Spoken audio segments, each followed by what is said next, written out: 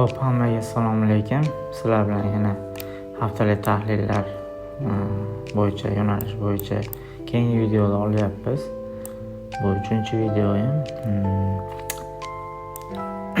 O'tgan hafta video qila olmadim. Shuning uchun hozir video qilishga qaror qildim. Bugundan Amerikada yaxshi juma, Good Friday nomi bilan bugun bozor yopiq. Hop, 18-aprel bugun. Hop, biz 5-aprel kuni, 6-aprel kuni 2 hafta oldin oxirgi videoni qilgan edik. Ikkinchi videoda mana shunda aytgan edim, S&P holatiga ko'ra mana shu nuqtadan, ya'ni Fibonacci zonasidan 0.5 zonadan qaytishga harakat qiladi dedik. Undan keyin bozor ancha qaytdi. Pul ishlab olgan pozitsiyalarni yopib olganlar bo'lgan bo'lsa kerak. O'zim ham kirib mana shu yerdan ishlab oldim. 13% yuribdi S&P'ning o'zi. Hop, shunaqa. Hozir endi Xitoyga qo'yilayotgan iqtisodiy yangiliklar, mana shu boj nimalari bo'yicha hozir chakashlik bo'lyapti. Bozorda tushunmovchilik bo'lyapti. Qayoqqa ketishiga odamlar shubha bilan qarayapti. Shuning uchun bozor shu yerda to'planyapti. Ya'ni shu yerda noaniqlik bo'lyapti. Odamlar ya'ni yoki sotib olishni bilmayapti, yoki tepaga ketish uchun sotib olishni bilmayapti. Sotib olishni bilmayapti. Xo'p, bizda keyingi harakatlar qanday bo'ladi? Avvalo, fundamental iqtisodiy xabarlar bozorni siljitib yuborishi mumkin, lekin Fed raisi Jerome Powell aytdi, biz bozorni qutqarib qolmaymiz, qutqaruvchi emasmiz biz dedi. Bu ham bir tomondan to'g'ri aytgan, chunki bu bozorni tushishiga u sababchi emas, u foiz stavkasini tushirishi uchun tushiradigan bo'lsa, agar inflyatsiya ko'tariladi. Hozir inflyatsiya aynan inflyatsiyani tushirish maqsadidami yoki nimadan Tramp shunday nima qilyapti, unga bosim o'tkazyapti to'g'risi. Endi aynan unga emas, umumiy o'zini bir qandaydir rejalari bor, lekin hozircha o'xshamayapti. Powell o'z fikrida qolyapti, ya'ni stavkani tushirmoqchi emas. 4.15, adashmasam 4.15%dan foiz stavkasi tushgani yo'q, tushirmoqchi emas hozircha. Shunaqa, agar tushiradigan bo'lsa inflyatsiya oshib ketishi mumkin. Shuning uchun bunaqa qilmoqchi emas, bozorni qutqarmoqchi emas. Bu shunaqa. Endi biz texnik tarafdan qarab qo'yadigan bo'lsak, S&P hozir shu joydan kunlik time frame'da mana shu yerdan yana jicha yurishi mumkin, keyin yana qaytishi mumkin. Bu yerdan mana shu yerdan bir qandaydir pattern hosil qiladi keyingi 2 hafta, 1-2 haftani davomida. Menimcha shu yerdan keyin iqtisodiy yangilik bo'ladi, keyin bir o'zgarish bo'ladi. Hop, kelinglar 4 soatlik time frame'ga o'tib qo'yamiz. 4 soatlik time frame. Albatta, bu yerda ham shunday holat, mana bu zonaga kelgan va orqaga qaytgan, lekin pastga tushish davom etyapti. Bu qayergacha tushadi deb oladigan bo'lsak, 1 soatliga ham kirib ko'raveramiz. Bizdan hech narsa ketmaydi. O'tgan hafta analiz qilganimiz yo'q. Hop,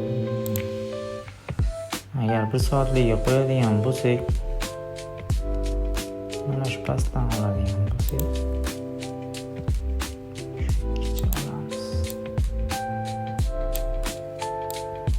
albatta qaytish bo'lgan, 5ga qaytgan. Menimcha mana shu joyda 1 soatlik gap bor. Katta ehtimol bilan jicha tushadi. Mana shu 0.5 zona va 0.62-18 zonalaridan menimcha bir qandaydir pattern bo'lishi kerak. Chunki mana bu liniyalarni buzadiganga o'xshab ketyapti. Tepada trend liniyamiz bor, bu kuchli. Qachon bu holat pastga tushmaydigan bo'lsa, qachon kelishimiz mumkin? Mana bu hayda yangilasa, bu trenddan tepaga chiqib olsa, keyin kelishimiz mumkin. Mana chizib ko'rsatib qo'yaman.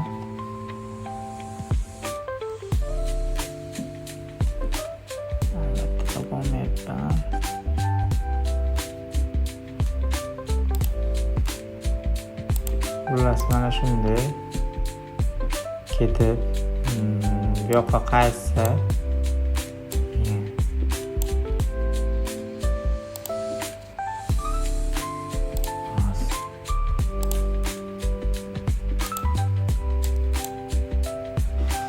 mana shuni bir qatdan sizlar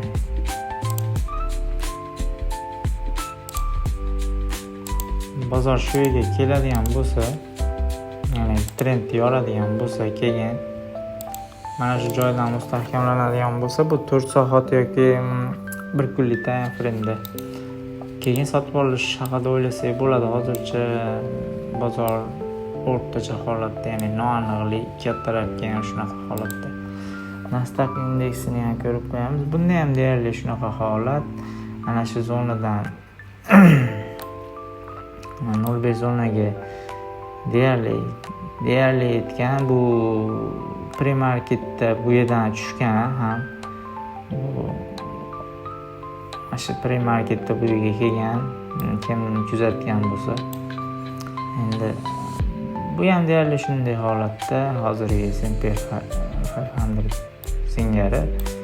Endi biz bunda ham xuddi shunday holatni kutishimiz mumkin. Hozir bozor holati unchalik aniq emas, lekin mana bu joydan agar struktura buzilgan deb olsak, bu 50% ga tushgan va shu yerdan yana jicha tushishi mumkin. Mana shu zonalarda gap bor, mana shu zona oralarida gap bor, shu yerdan ketish ehtimoli ham bor.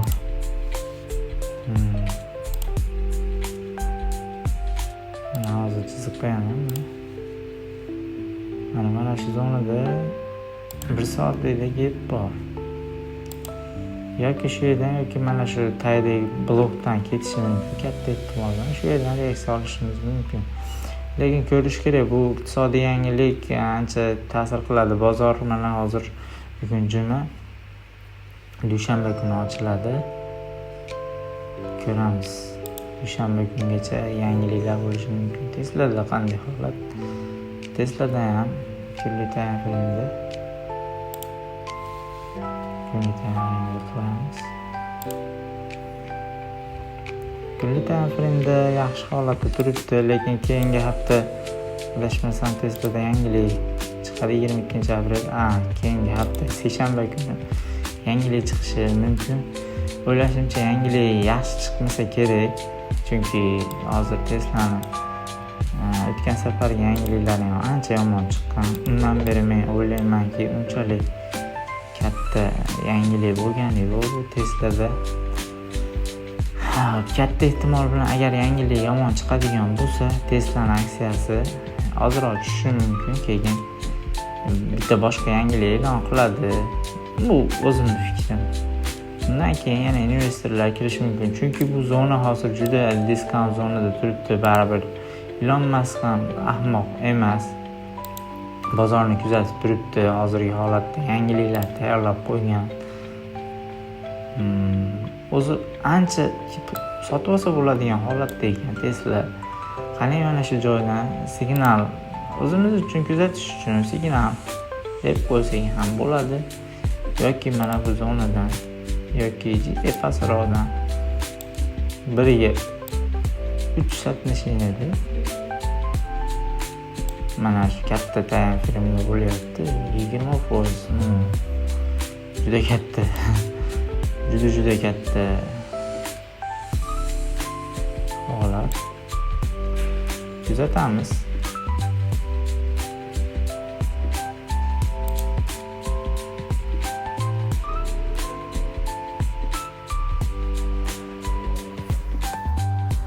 hozircha bizda shunday holat, boshqa aksiyalarni ham deyarli holat shunday. Bozorda asosiy S&P 500 yursa keyin bozor yuradi. SMC aksiya, Nvidia bular hammasi tushyapti. Bu yerda fundamental yangilik kerak bozorga qutqarish uchun. Tramp yangilik qilish kerak, Xitoy bilan kelishadimi? Tariflarni bekor qiladimi? Bunisini bilmadim, lekin aytadi-yu, hammasi joyidami, ahvollar qalay desa, yomon emas, cho'kyapmiz degan shu joyga to'g'ri keladi menimcha. Bozorni qutqarish kerak. Powell qutqarmaydi. Chunki u bozorni u tushirgani yo'q. Kim tushirgan bo'lsa o'zi qutqarsin. Menimcha keyingi hafta bir qandaydir kelishuv bo'ladi. Shuning uchun keyingi haftani kutamiz. Bugungi qisqacha shu chiqishni qilib qo'yay dedim. Chunki bozorda unchalik reaksiya yo'q. O'tgan videodan keyin ancha reaksiya bo'ldi. Shuning o'zi ham bizga yetadi. Sog' bo'linglar, salomat bo'linglar. Video yoqqan bo'lsa like bosib qo'yinglar.